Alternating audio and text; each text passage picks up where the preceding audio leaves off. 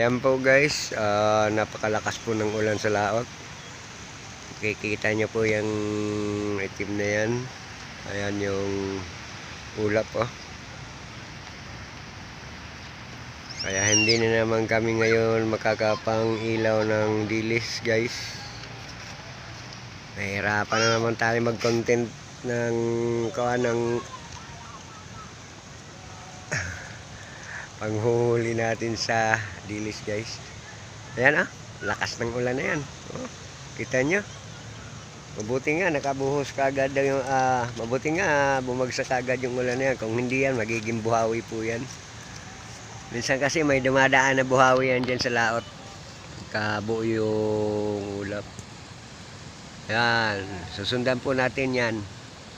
Papunta yan doon sa may bundok ng Canlaon, yung bulkan sa Negros. Ayan, makikita nyo doon sa banda na yun.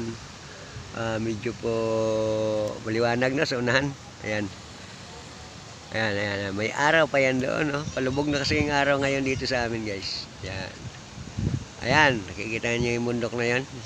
Banda sa may araw na yan, maliwanag. Yan yung Canlaon po. Ayan. Yan ang babalot ng puting ulap. Ayan, Canlaon po yan dyan. Pumutok po yan nung nakaraang linggo. Madaling araw po yan pumutok. Narinig po namin ang pagputok niyan. Ayan, ibalik po natin. Ayan, talagang hindi pwede mong ilaw ngayon. Tsaka lalabo po yung kulay ng tubig. Magiging kulay putik.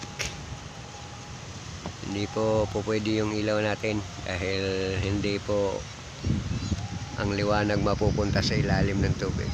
Ayan. Ayan sa tapat na po tayo. Wala pang ulan dito sa tapat natin guys. Papunta po rito yung takbo ng ilaw. Ayan. Galing po yan sa part ng Balanban, sa part ng Amihan.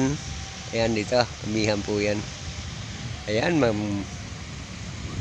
maginaw ng simoy ng hangin. Malamig na po. Papunta na po dito sa malapit sa akin ang ulan. Ayan.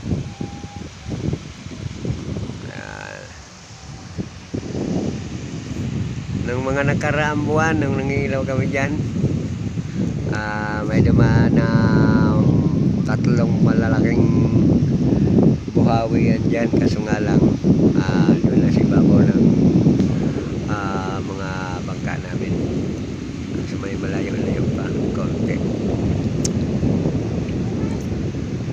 Yan po yung kalaban namin, mga mangingisda. Pagkaganitong sumasko, nahihirap po kami magkano buhay. Kaya ganitong sitwasyon. Laso-labang dilis na nakakarating dito sa amin. Ayun, naghihirap talaga yung buhay namin kasi kami pumasa sa dagat. Sa karamihan po sa amin. Ayan po yung alam po. Ayan, malakas ng hangin. Ayan, papunta na dito ang ulan. Okay. Ayan, mabuti na doon yung ala na. Kikita na yan. Ibig sabihin niya, malakas talaga yan na hangin. Subasko talaga yan. Hindi yan basta-basta. Okay.